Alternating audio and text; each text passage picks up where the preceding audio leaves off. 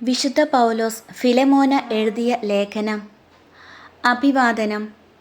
യേശുക്രിസ്തുവിനെ പ്രതി തടവുകാരനായ പൗലോസും സഹോദരൻ തിമോഥെയോസും കൂടെ ഞങ്ങളുടെ പ്രിയപ്പെട്ട സഹപ്രവർത്തകൻ ഫിലെമോനെ, നിനക്കും നിന്റെ ഭവനത്തിലെ സഭയ്ക്കും സഹോദരി ആഫിയായ്ക്കും ഞങ്ങളുടെ സഹയോദ്ധാവ് ആർക്കിപ്പൂസിനും എഴുതുന്നത്. നമ്മുടെ പിതാവായ ദൈവത്തിൽ നിന്നും കർത്താവായ യേശുക്രിസ്തുവിൽ നിന്നും നിങ്ങൾക്ക് കൃപയും സമാധാനവും. ഫിലെമോൻ്റെ മാതൃക. ഞാൻ എൻ്റെ പ്രാർത്ഥനകളിൽ നിന്നെ അനുസ്മരിക്കുമ്പോഴെല്ലാം ദൈവത്തിന് നന്ദി പറയുന്നു. എന്തെന്നാൽ കർത്താവായ യേശുക്രിസ്തുവിനോടും എല്ലാ വിശുദ്ധരോടും നിനക്കുള്ള സ്നേഹത്തെയും വിശ്വാസത്തെയും കുറിച്ച് ഞാൻ കേൾക്കുന്നുണ്ട്.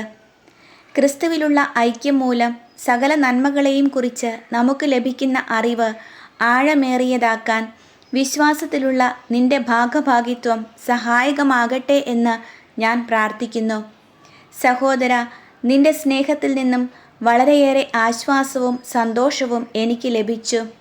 എന്തെന്നാൽ നീ വഴി വിശുദ്ധർ ഉന്മേഷഭരിതരായി.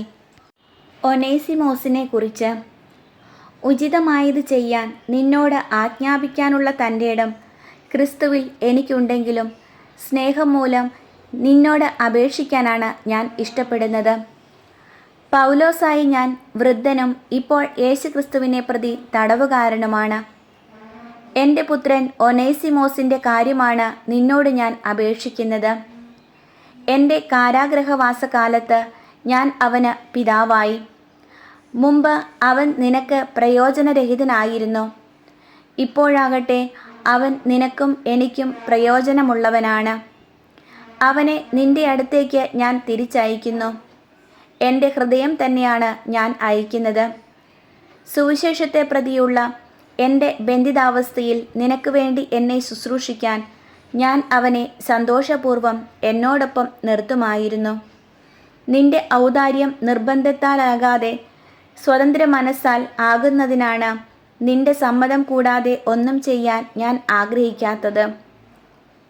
അല്പകാലത്തേക്ക് അവൻ നിന്നിൽ നിന്ന് വേർപിരിഞ്ഞത് ഒരുപക്ഷെ നിത്യമായി അവനെ നിനക്ക് തിരിച്ചു കിട്ടുന്നതിനായിരിക്കാം.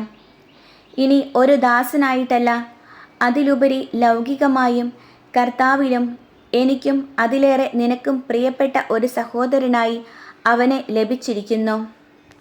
അതുകൊണ്ട് നീ എന്നെ നിന്റെ സഹകാരിയായി പരിഗണിക്കുന്നെങ്കിൽ എന്നെപ്പോലെ അവനെയും സ്വീകരിക്കുക.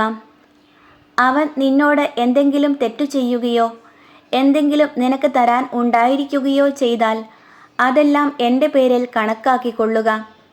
പൗലോസായി ഞാൻ എൻ്റെ സ്വന്തം കൈകൊണ്ട് തന്നെ എഴുതുന്നു. എല്ലാം ഞാൻ തന്നു വീട്ടിക്കൊള്ളാം. എന്നാൽ നീ തന്നെയും മുഴുവനായി എനിക്ക് കടപ്പെട്ടിരിക്കുന്നു എന്ന കാര്യം ഞാൻ എടുത്തു പറയുന്നില്ല. അതേ സഹോദര, നീ കർത്താവിൽ എനിക്ക് ഈ സഹായം ചെയ്യുക. ക്രിസ്തുവിൽ എൻ്റെ ഹൃദയത്തെ നീ ഉന്മേഷഭരിതമാക്കുക. നിന്റെ വിധേയത്വത്തിൽ വിശ്വസിച്ചുകൊണ്ടും ഞാൻ ആവശ്യപ്പെടുന്നതിലധികം ചെയ്യുമെന്നറിഞ്ഞുകൊണ്ടുമാണ് ഞാൻ എഴുതുന്നത്.